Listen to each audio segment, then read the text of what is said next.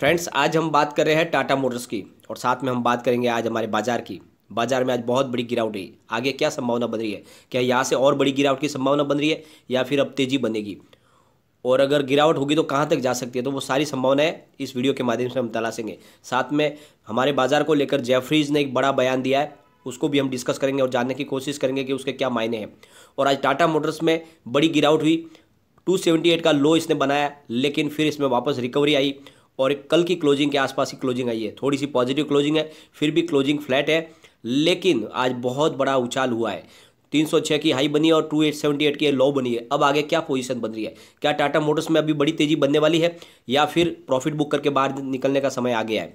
सारी की सारी संभावना हम इस वीडियो के माध्यम से तलाशेंगे और जानने की कोशिश करेंगे कि अब हमें टाटा मोटर्स में क्या करना चाहिए। क्या इस लेवल पर भी नया इन्वेस्टमेंट किया जा सकता है या फिर जल्द से जल्द हमें प्रॉफिट बुक करके बाहर निकल जाना चाहिए, या हम लॉन्ग टर्म के लिए इसमें बैठे रह सकते हैं?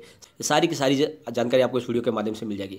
लेकिन फ्रेंड, उससे पहले अगर आप पहली बार मेरे चैनल पे आए तो चैनल को सब्सक्राइब कर दीजिए, एक बेल आइकॉन दबा दीजिए ताकि जब भी नया वीडियो बनाऊं पहला नोटिफिकेशन आपको मिले। वीडियो पसंद आए तो लाइक शेयर जरूर कीजिए। चलो फ्रेंड्स, वीडियो स्टार्ट करते हैं। मैं हूँ आपका दोस्त SB दवे और मेरे चैनल ऑनलाइन कमाई में आपका बहुत बहुत स्वागत है। फ्रेंड्स, आज बाजार में बहुत बड़ी गिरावट हुई। सेंसेक्स में करीब 746 पॉइंट की गिरावट हुई, करीब 1.50% डाउन पर क्लोज हुआ है बाजार। बड़ी गिरावट थी और ये गिरावट प्रॉफिट बुकिंग की वजह से हुई। बाजार ने, आपको पता ही है, कल 50,000 के स्तर को छू लिया था और वहाँ से फिर इसमें लोगों ने प्रॉफिट बुक करना शुरू कर दिया। बड़ी तेज़ी बनी थी, इसलिए आज बाजार को जिसने सहारा दिया वो है ऑटो निफ्टी। ऑटो निफ्टी ने बाजार को बहुत ज़्यादा संभाला है। आज ऑटो निफ्टी करीब 148 पॉइंट ऊपर बढ़त में बंद हुआ है, करीब 1.43% अप पर क्लोजिंग आई है ऑटो निफ्टी के अंदर, और इसी वजह से बाजार थोड़ा संभल गया। लेकिन बाकी बैंकिंग सेक्टर वगैरह में बड़ी गिरावट थी। आज बाजार को लेकर जेफरीज ने भी एक बड़ा बयान दिया है, उसको हम पूरा डिस्कस करते हैं और जानने की कोशिश करते हैं क्या है उनका नज़रिया। ग्लोबल रिसर्च और फाइनेंशियल फर्म जेफरीज के Christopher would Indian stock market को लेकर 2021 के लिए आशावादी है। उनका नज़रिया बुलिश है।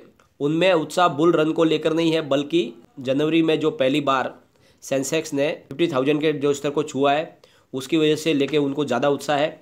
और क्रिस्टोफर वुड का कहना है कि इस तेज़ी का कारण जीडीपी की 13.2% की वृद्धि को देखा जा रहा है। यानी जो 2022 तक इसकी जो देश की वृद्धि है वो जीडीपी ग्रोथ बहुत शानदार तरीके से परफॉर्म कर सकती है। अच्छी जीडीपी ग्रोथ हमें देखने को मिलेगी इंडियन बाज़ार की, और ये जीडीपी ग्रोथ है यही बाज़ार को, सेंसेक्स को ऊपर लेके जाएगी। उनका मानना है कि बुल रन के पीछे जो तेज़ी है उसका जो सबसे बड़ा वजह है वो है जीडीपी ग्रोथ। क्योंकि जीडीपी ग्रोथ, जैसे कि आपको पता ही होगा, Q2 के आसपास में -23% हो गई थी और उसकी वजह से बाजार में एक दबाव आ गया था बाजार पे, और लेकिन फिर भी उसमें बाजार में बड़ी गिरावट नहीं हुई। लेकिन अब लगातार जीडीपी ग्रोथ में बहुत ज़्यादा सुधार हो रहा है और उन्होंने कहा है कि आने वाले फाइनेंशियल ईयर 22 तक बहुत ही शानदार जीडीपी ग्रोथ देखने को मिलेगा, और इस वजह से बाजार में अभी भी गिरावट की कोई संभावना नहीं दिख रही है। इंडियन मार्केट में तेज़ी जारी रहेगी। लेकिन उन्होंने एक संभावना भी बताई है कि अगर यूएस के फेडरल पॉलिसी में अगर कोई बदलाव आता है तो ही बाजार में कुछ करेक्शन की संभावना बन सकती है, वरना बाजार में बड़ी तेज़ी बनेगी। तो इस तरह से उन्होंने एक बड़ा बयान दिया। उनका कहना है कि अभी इंडियन बाजार में गिरावट की संभावना नहीं है, लगातार तेज़ी बनी रहेगी, और जो FII है उनका निवेश बना रहेगा इंडियन मार्केट पे, क्योंकि जेफरीज जो है एक बड़ी इंटरनेशनल ग्लोबल इन्वेस्टमेंट फर्म है और उनका नज़रिया बाजार को लेकर पॉजिटिव है। इसका मतलब आने वाले समय में भी FII का इन्वेस्टमेंट बना रहेगा इंडियन मार्केट में। इस वजह से जो बड़ी गिरावट की संभावना जो तलाश रहे थे लोग, मुझे नहीं लग रहा कि ऐसी बड़ी गिरावट हो सकती है, क्योंकि अभी भी FII बुलिश है अपने इंडियन मार्केट को लेकर। लेकिन उन्होंने एक ही अंदेशा जताया है कि यूएस की जो फेडरल पॉलिसी है उसमें अगर कोई बड़ा बदलाव आया तो ही यहाँ पर कुछ करेक्शन की संभावना बन सकती है, वरना तेज़ी जारी रहेगी। तो इस तेज़ी के दौरान में मार्केट अब और नए ऊंचाइयों पे जा सकता है, और इस वजह से टाटा मोटर्स में भी बड़ी तेज़ी की संभावना बन सकती है। और अब हम चलेंगे टाटा मोटर्स की तरफ। आज टाटा मोटर्स का स्टॉक 295 पर ओपन हुआ और इसने हाई बनाई है 306 की, बहुत ही शानदार तेज़ी बनाई, और फिर ये चला गया गिरावट में, क्योंकि बाजार में लगातार गिरावट थी और टाटा मोटर्स में बहुत दिन से ज़बरदस्त तेज़ी बनी हुई थी, तो लोगों ने प्रॉफिट बुक करना शुरू कर दिया और इस प्रॉफिट बुक की वजह से ही ये लो में चला गया 278 के।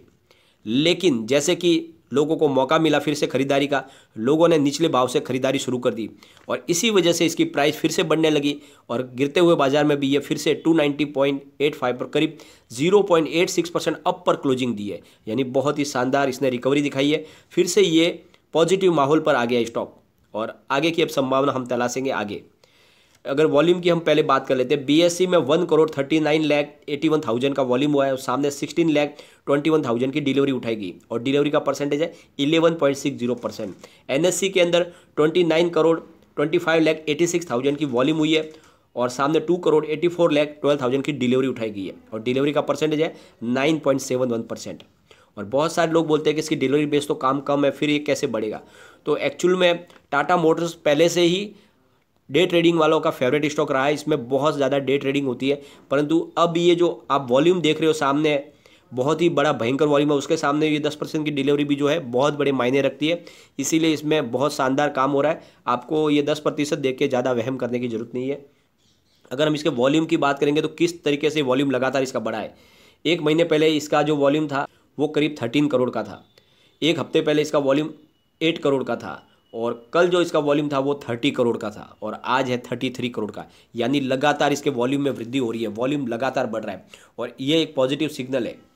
अगर हम निफ्टी ऑटो की बात करेंगे तो निफ्टी ऑटो में आज 148 की बढ़त हुई है, करीब 1.3% अप पर थी निफ्टी ऑटो, क्योंकि ऑटो सेक्टर में तेज़ी बनी हुई है।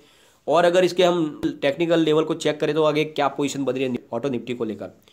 अगर डेली लेवल पर चेक करेंगे तो मूविंग एवरेजेस बुलिश निकल के आ रहा है, टेक्निकल इंडिकेटर्स वो भी बुलिश है और मूविंग एवरेजेस क्रॉसओवर वो भी बुलिश है, यानी अभी भी आगे तेज़ी बनी हुई है ऑटो निफ्टी के अंदर।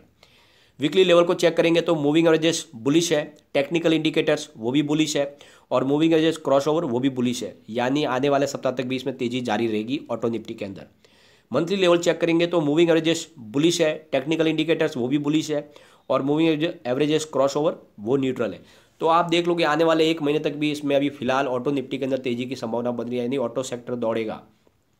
और इसी के मद्देनज़र टाटा मोटर्स के अंदर भी यही टेक्निकल इंडिकेटर्स काम करेगा। यहाँ आने वाले एक महीने तक टाटा मोटर्स में भी तेज़ी की संभावना बन रही है टेक्निकल लेवल के हिसाब से, परंतु इसमें एक थोड़ी सी दबाव की जो है संभावना बन रही है, वो ये है कि आज निफ्टी 1.5% ऊपर थी, उसके बावजूद भी टाटा मोटर्स फ्लैट क्लोजिंग आई है। इसका मतलब इसमें थोड़ा सा दबाव है, लेकिन वो दबाव बहुत ज़्यादा नहीं है कि जिसकी वजह से बड़ी गिरावट हो, क्योंकि एक तरफ बाजार में जब 750 पॉइंट की गिरावट हुई है, करीब 1.50% की % गिरावट है बाजार में, तो उसके सामने पॉजिटिव क्लोजिंग आना ही बड़ी बात है। तो इसलिए आपको ज़्यादा घबराने की जरूरत नहीं है, लेकिन फिर भी अगर आपको मौका मिलता है तो आपको अच्छा खासा अगर प्रॉफिट मिल रहा है तो आप प्रॉफिट बुक कर सकते हैं, क्योंकि जिस तरह से आज मौका मिला 278 की खरीदारी पे, इस तरह से मौका मिलेगा। और अब जो वातावरण बन रहा है, जब तक बजट ना आ जाए, बाजार एक दिन तेजी में और एक दिन गिरावट में ऐसा ही चलेगा, एक तरफा ना तेजी बनेगी ना इसमें एक तरफा मंदी बनेगी। इस लेवल पे अगर आपको टाटा मोटर्स में अच्छा खासा प्रॉफिट मिल रहा है तो आपको प्रॉफिट बुक कर लेना चाहिए,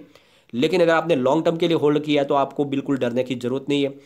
टाटा मोटर्स आपको आने वाले समय में बहुत ही शानदार प्रॉफिट दिखाएगा, क्योंकि थोड़ी सी इसमें करेक्शन की संभावना बन रही है। अगर बाजार में अगर बड़ी गिरावट होगी तो इसमें भी प्राइस में गिरावट हो सकती है, लेकिन अगर बाजार पॉजिटिव रहा और बैंक निफ्टी ने साथ दिया तो ये आराम से जल्दी 350 पे पहुंच जाएगा, जो हमारा एक लॉन्ग टर्म टारगेट है।